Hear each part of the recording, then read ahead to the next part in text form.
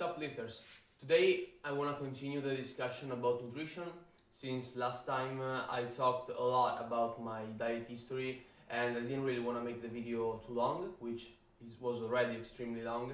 So I decided to break that last video into parts and then do a follow-up on more nutrition tips since I didn't really want to do a full documentary of 1 hour. Or maybe I will, I don't really know, I still have to decide about it. So, moving on. Uh, we can talk about meal timing. So, when should we eat? Personally, I do not like intermittent fasting. The idea of intermittent fasting is that you should fast for 16 hours in a day and eat inside an 8-hour window. This is a tool that can help you restrict your calories.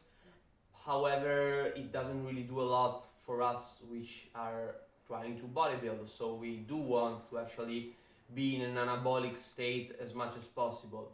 I put the quotes on anabolic state because if you know something about the human body, you know that there is a constant cycle of anabolism and catabolism. For instance, while we train, we go into catabolism since we are depleting our body of glycogen and of energy in general, and then when we eat the post-meal workout, we go back in a state of anabolism. While we sleep, we are in a state of catabolism because we don't have enough food and our body is sustaining on what we ate. So the idea is that you can imagine the graph, okay, which is a straight line, and if you spend more time in the anabolism, you're gonna gain weight. If you spend more time in the catabolism, you're gonna lose weight. So you do understand that in order to push the anabolism state, we want more frequent meals. Because if we eat one big meal, we're gonna have a big spike in anabolism, which doesn't really result in more muscle mass, okay? It's just figuratively speaking, in order for you to understand how does it work. So we're gonna have a big spike, which is slowly gonna dip down, okay?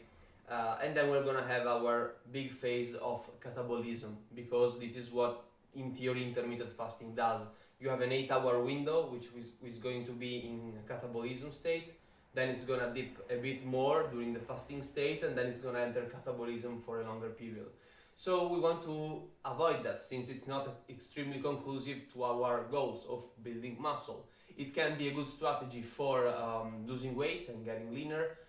However, I still do not recommend it since if you spend a lot of time in catabolism, I personally believe, I don't really know if there are some science papers about this, I think that you're going to lose more muscle mass than if you ate more constantly throughout the day.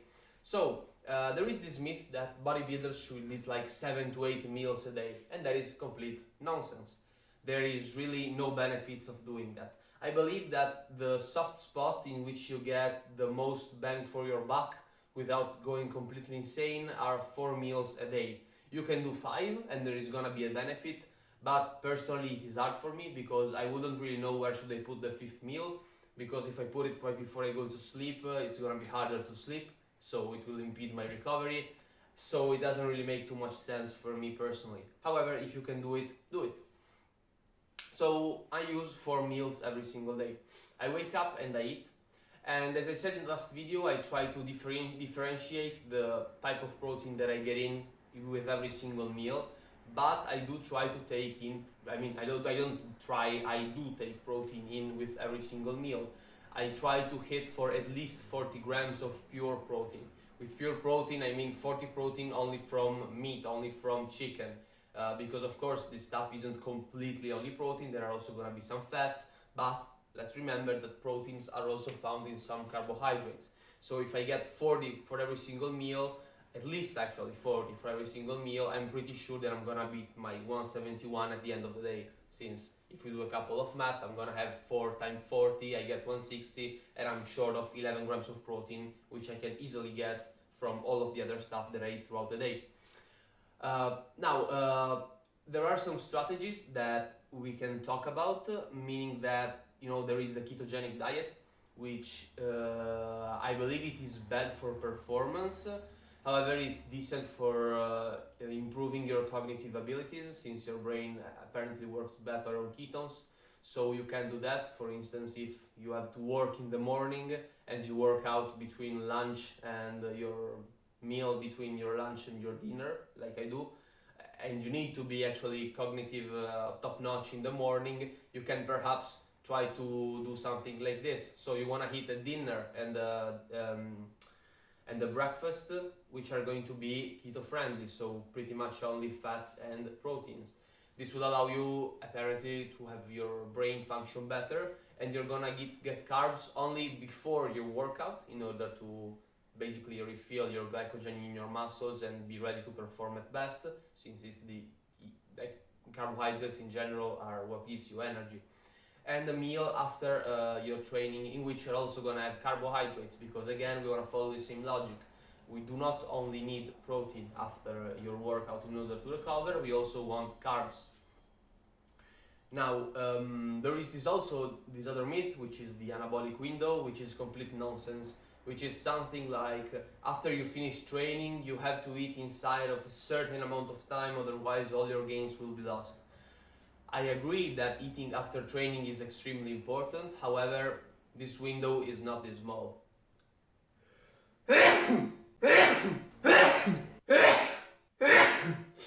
So I was saying that this anabolic window is quote-unquote nonsense, since as long as you eat inside a maybe 2-hour window, so pretty much everybody will be able to do that, you're gonna be good, so do not stress about it.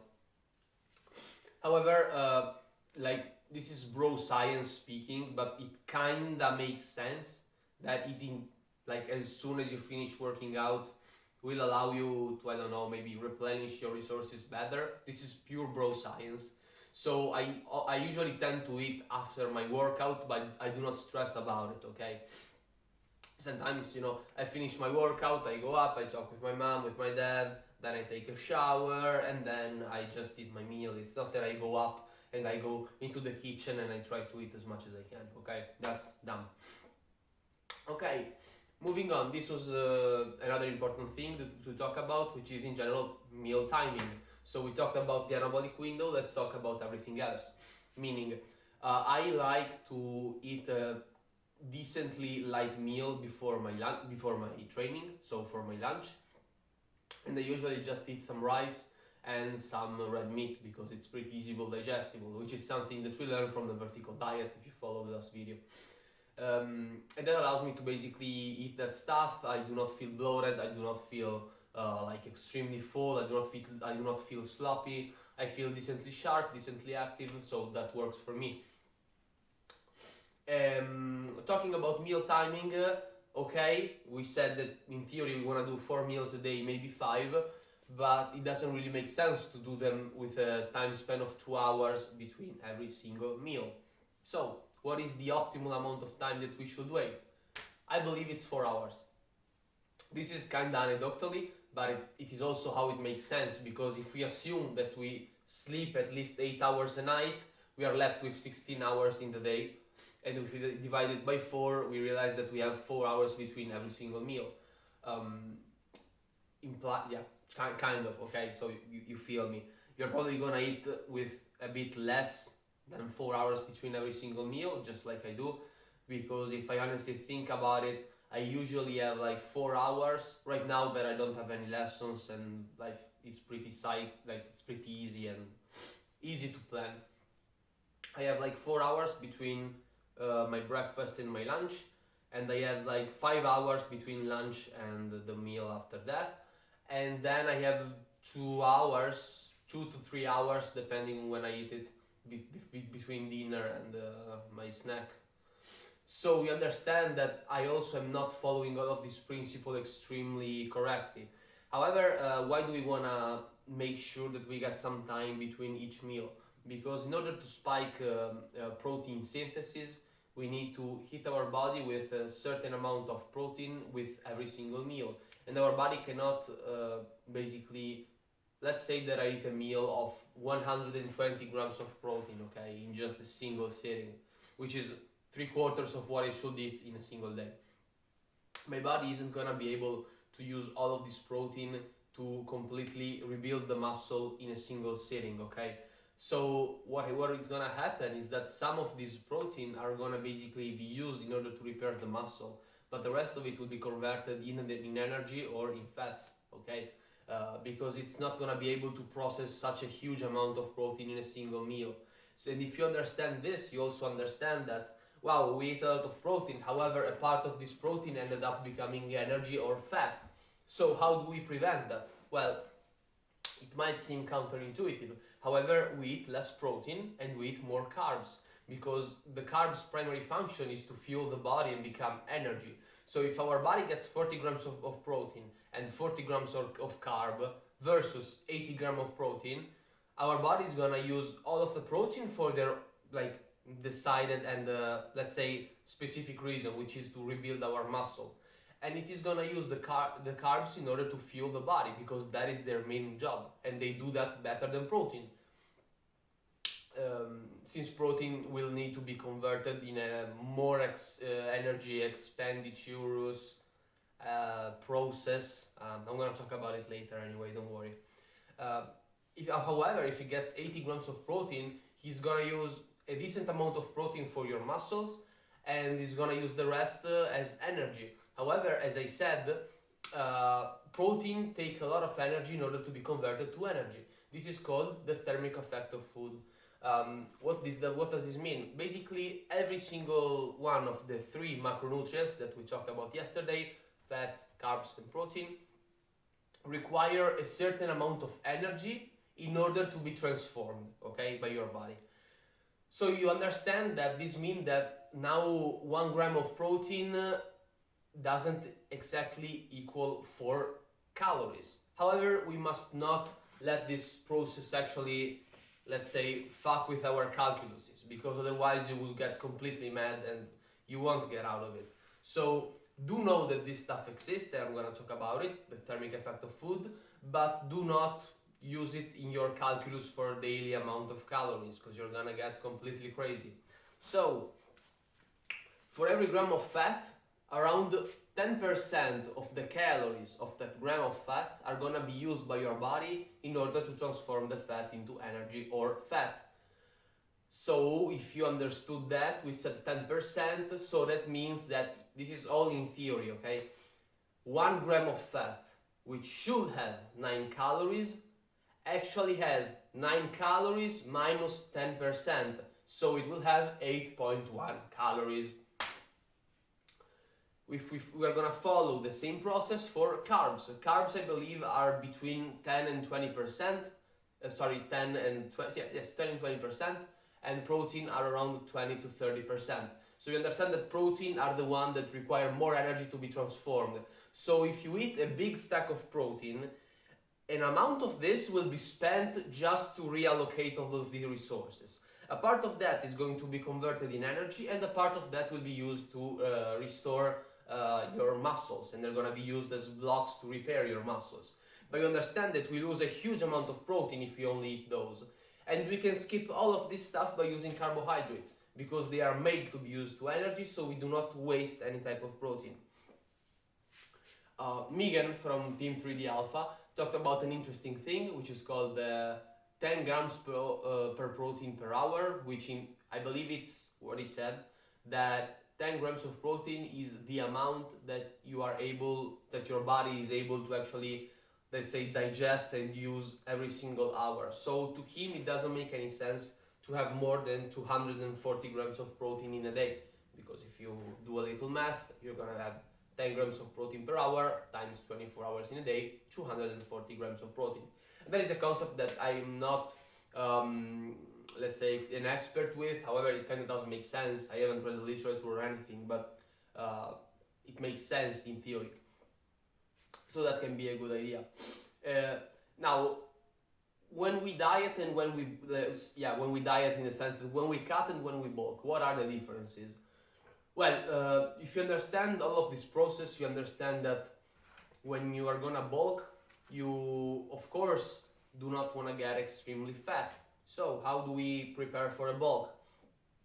Depending on your maintenance calories, we're gonna have a surplus of 300 to 500 for the biggest guys, surplus. Why do we want a surplus? Because we talked about the anabolism and catabolism, okay? So we want to spend more time in anabolism, because yes, we're gonna gain weight, however our body is still gonna get stimulated by training. So With fat, this gonna come muscle. Now, does this mean that you should go to every single fast food restaurant in your area and order the full menu in order to bulk? Absolutely not. And actually, I would argue that your bulk should be the, let's say, the healthiest amount of food that you can eat. I mean, you should eat healthier when you're bulking than when you're cutting. Because when you're bulking, you have a lot of calories and you don't really have to worry about being satiated because you're gonna eat a lot of food. So you wanna eat as much clean food as possible. This doesn't mean that you can't eat an ice cream, that you can't eat a treat or anything. You can absolutely do that, but make sure that 90% of your calories are gonna come from clean food, and whole foods in general, okay? Because that is the moment in which is easier to eat, because we are gonna have bigger amount of calories that we can eat. So we're gonna have this surplus and we're gonna keep gaining weight. Give yourself a certain look and hold yourself accountable. For me, right now, I'm eating intuitively, I'm not counting calories, but I said to myself that when I am in my bathroom with the lights on and I cannot see the top two of my abs, like just a slight form of those two abs, it means that I've gone too far and I need to cut a bit, okay? And hold yourself accountable, okay? Because it's really easy to be lenient, because it's nice to eat a lot, okay? At least for me it is, so I'm gonna tell you how I feel about this stuff. It is easy to actually eat a lot. So hold yourself accountable, and if you go too far, make sure you cut back, because the later you do it, the worse it will be. Okay, so this is the most important stuff for the bulk. Now let's talk about the cut. As I said, when you're cutting, I believe that you should eat less healthy food. So this is where Greg's cookbook can be actually useful. What he preaches, like a lot of food which has low calories per amount of volume, okay? So big ass salads, a lot of vegetables.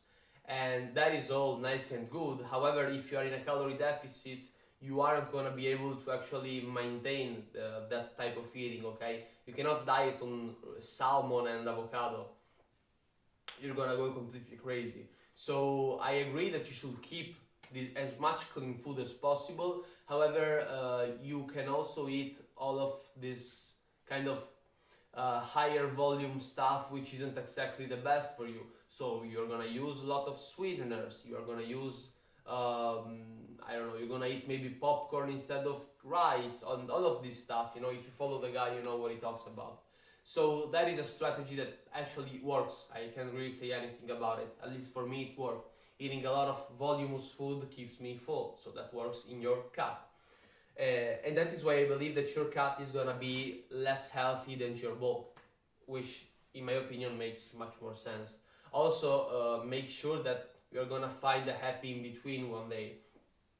And I'm not saying to main gain, but I'm saying that one day once you will have, I hate to say this, it really pains me, when you will have reached your natural limit, which doesn't mean anything because there is no limit, it just means that the progress is gonna be slow. You might want to evaluate whether for you it makes sense to keep on doing this bulking and cutting stuff, or if you want to maintain and staying at a higher body fat percentage.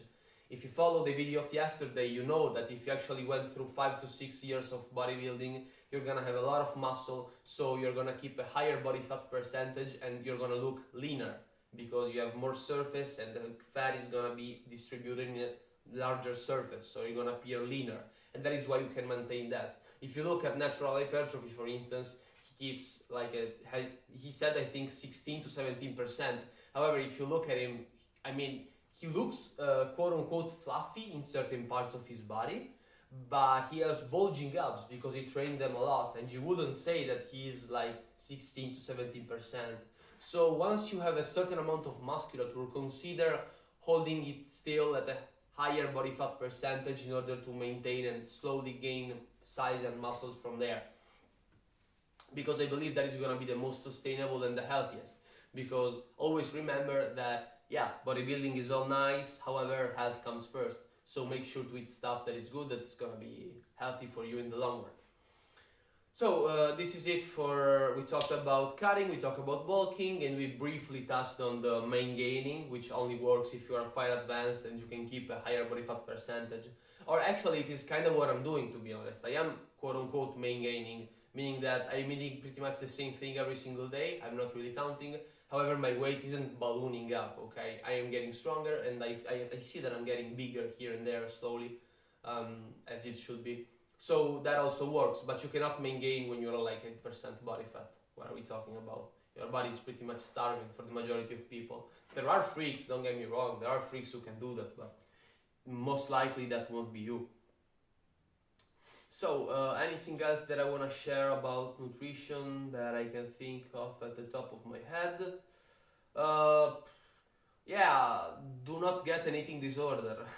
I mean, I know that it's kind of easy to say. However, always remember, and I'm gonna say it, and it's not gonna make sense to a lot of you. And if it doesn't, you might have an eating disorder. However, trust me that people don't really care that much about if you have abs or not. They do care if you're gonna get obese and unhealthy, but they're not really gonna care whether you are completely shredded or you're just lean. So do not obsess over it. Do not do cardio every single day, killing yourself in a not that cardio is bad. Don't get me wrong, but you're gonna get so fatigued every single day because it's not worth it. I'm just gonna say that it is not worth it. If you want to do a show or whatever, do it. I have no expertise in that. I'm not gonna say anything. But basically, do not ruin your perception of food and your own perception. So do not feed and do not possibly get body dysmorphia, because that is just bad. You're not gonna gain anything good from it. So that is it for today's video. See you guys in the next one.